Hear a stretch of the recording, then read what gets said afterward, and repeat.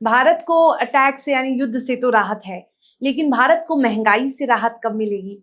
और प्रधानमंत्री ने जब से अपील की है सोने चांदी को नहीं खरीदने की बात उन्होंने कही, तब से सोने चांदी की कीमतों में बहुत बड़ा उछाल देखने को मिला, बहुत महंगा हो गया है। अब आम आदमी जो है उसकी पहुंच से सोना चांदी बहुत मतलब बाहर की चीज हो गई है। तो ये जो स्थिति है वो कब तक रहेगी? महंगाई दस्तक दे चुकी है और लोगों में डर है कि महंगाई और ज्यादा ना बढ़े, क्योंकि जो स्थितियां हम देख रहे हैं अलग देशों में, बाकी देशों में भी बहुत ज्यादा महंगाई है। पाकिस्तान हो या फिर अमेरिका हो, अलग अलग देश जो हैं वो महंगाई का सामना कर रहे हैं। लेकिन हमारा सवाल ये है कि भारत में ये महंगाई कब तक रहने वाली है? देखो, ये महंगाई विश्व भर में खत्म नहीं होगा और सारा भारत में भी खत्म नहीं होगा, क्योंकि अरब कंट्री में नई युद्ध फ्रंट भी खुल सकता है और इजराइल अमेरिका के बीच में अलग थलग विचार भी होगा आगे, और हो सके भी इजराइल अकेला वार को भी कंटिन्यू कर सकता है। अमेरिका पीछे हट सकता है इस युद्ध से। हाँ, ऐसे समय भी आ सकता है। तो इसीलिए महंगाई खत्म नहीं होगा और महंगाई बढ़ता जाएगा। मतलब आप ये कह रहे हैं कि संभावना है कि आने वाले दिनों में ये युद्ध कंटिन्यू हो, ये बंद नहीं होगा। बंद नहीं होगा। नहीं, कोई भी बंद नहीं होगा, कुछ भी बंद नहीं होगा। नया युद्ध फ्रंट खुलेगा पर बंद नहीं होगा। बंद नहीं होगा। इजराइल और अमेरिका की जो आपने बात कही वो हमने अभी भी देखा था। इजराइल ने अमेरिका के मना करने के बावजूद भी हमला कर दिया था। इसके बाद अमेरिका ने थोड़ी नाराजगी जताई थी। तो ये आने वाले समय में और ज्यादा ये स्थिति और ज्यादा बिगड़ सकती है।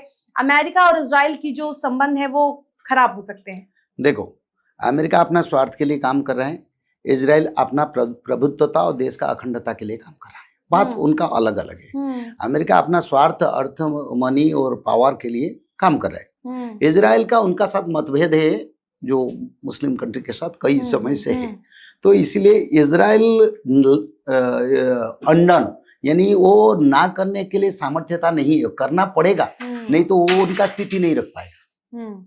तो इजराइल को ऐसे समय आएगा मजबूरन अटैक करना पड़ेगा, क्योंकि उनको भी वो नहीं छोड़ेंगे। उनका उन देश के बीच जो वार है वो कभी खत्म नहीं होगा, कभी शांति नहीं आएगा, कभी समाधान नहीं होगा। अच्छा पंडित जी, आपने एक बात कही थी कि आने वाले दिनों में, आने वाले कुछ सालों में हम देखेंगे कि सोने चांदी की कीमत इतनी ज्यादा कम हो जाएगी कि लोग जैसे पीतल के बर्तन में खाते हैं वैसे सोने की थाली में खाएंगे, चांदी की थाली में खाएंगे। हम बेसब्री से इंतजार करें, वो दिन कब आएगा? वो दिन बिल्कुल आएगा 2032-34 के बाद। ग्रेजुअली उसमें डेवलपमेंट आएगा। सोना चांदी को लोग अपना कन्वर्सन करेंगे, अपना सिस्टम में, रहन सहन में, बासगृह में, बेड में, दरवाजा में, प्लेट में खाने की। क्योंकि एक जगह पर लिखे हैं सूरदास जी, स्वर्ण फूल पृथ्वी पर फूले, धर्म की बेल परे, सहस्र वर्ष तक सत्य युग बीते, पुनि जगदीशा फेरे, संभवत 2000 के बाद ऐसा युग परे। यानी 2000 मसीहा के बाद कल की जन्म होंगे, सूरदास जी ने लिखे। और सहस्र वर्ष सत्य युग चलेगा और सुवर्ण युग उसको कहते हैं। और उसी युग में सारा विश्व में सुवर्ण सुवर्ण ही दिखाई देगा और मनुष्य आम जिंदगी में सोने को विनियोग करेंगे और डायमंड, प्लेटिनियम जैसे कॉस्टली जो मणि माणिक्य जो है उसको लोग अपने आभूषण में यूज करेंगे। तो अभी जो हम लोग झेल और स्वर्ण मुद्रा भी प्रचलित होगा। अच्छा, स्वर्ण मुद्रा यानी गोल्ड के कॉइन्स वगैरह वो भी दिखेंगे। अरे वाह! तो ये 2032-33 में ये संभव है। 32-34 के बाद सत्य युग आएगा। 32-34 में उसका बाद सुधर्मा सभा बैठेगा।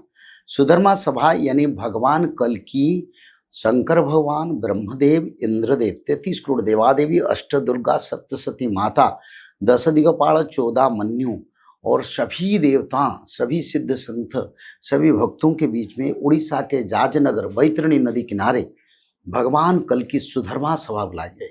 वहीं पर विश्व का संविधान होगा। सुवर्ण मुद्रा भगवान राम के नाम पर जैसे मुद्रा था, ऐसे भगवान कल्कि के नाम पर सुवर्ण मुद्रा प्रचलन होगा सारा विश्व में, नट इन भारत, सारा विश्व में होगा। और उसी समय से फिर भगवान सारे उनकी योगमाया शक्ति से, महालक्ष्मी के कृपा से धरती पर एक स्वर्गीय युग, एक नवयुग का निर्माण करेंगे, जिस समय सुवर्ण मुद्रा चलेगा, सुवर्ण थाली में लोग खाएंगे और लोग दिव्य भोजन खाएंगे।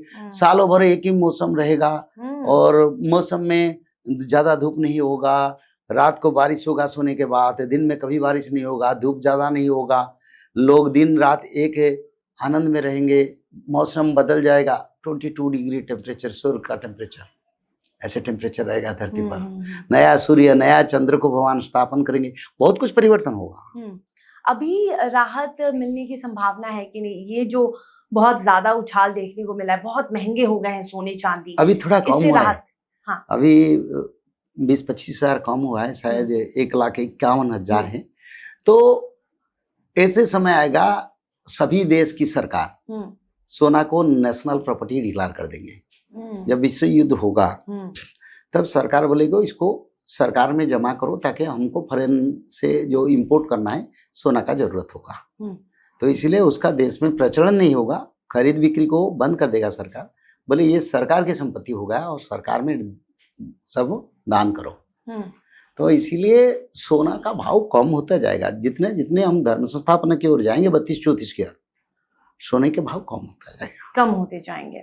अच्छा, हम पॉलिटिक्स की बात कर रहे थे, थोड़ी सी पॉलिटिक्स पे भी आते हैं, क्योंकि प्रधानमंत्री नरेंद्र मोदी की बात हो रही थी। कुछ तो उनमें दिव्य है, उनकी सोच और उनकी जो विचार है उसकी वजह से भारत प्रगति की ओर लगातार अग्रसर है। 2029 में क्या देख रहे हैं आप? 2029 में, क्योंकि फिर से लोकसभा चुनाव है, तो क्या प्रधानमंत्री नरेंद्र मोदी के नेतृत्व में ही सरकार चलेगी या सरकार बदलेगी या फिर चेहरा बदलेगा? देखो 2029 में इलेक्शन होगा नहीं होगा मेरे को पता नहीं।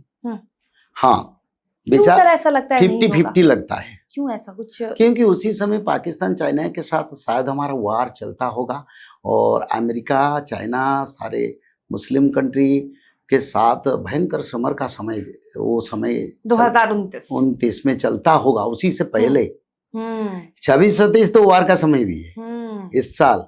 आज भी वार हो सकता है, पता नहीं, क्योंकि समय ऐसा है। तो 26-27 को पहले से निर्णय किया हूँ और 28, 29, 30, 32 तक, 34 तक वार चल सकता है। तो इसीलिए अगर हमारे देश में वार चलता होगा, इलेक्शन कैसे होगा? और राष्ट्रपति और पार्लियामेंट अप्रूवल दे देगा ताकि ये सरकार कंटिन्यू करे। 6 महीने एक्सटेंशन होता जाएगा, ये भी हो सकता है। 3 साल के लिए एक्सटेंशन हो सकता है। तो मतलब इलेक्शन हो या फिर एक्सटेंशन हो, हाँ, कमल यानी बीजेपी की सरकार हमारे देश में हाँ रहने वाली है। सारा भारत वापसी भी होगी, सारे भारत, मतलब जिस जगह पर, जिस राज्य में, जो दक्षिण में, हाँ, खासकर जहाँ पर एनडीए नहीं है वहां पर भी एनडीए यानी कमल खिलने वाला है। कमल खिलेगा। क्योंकि जब भारतवर्ष में संपूर्ण बीजेपी सरकार होगा उसका बाद सत्ययुग का आगमन होगा। ये हमारी विचारधारा है। हाँ, हम कोई दल नहीं है, पर आध्यात्मिकता को हम मानते हैं, शास्त्र सम्मति को हम कहते हैं। शास्त्र जो सम्मति देता है उसी शास्त्रीय विचारधारा की हम विचार करते हैं। बिल्कुल।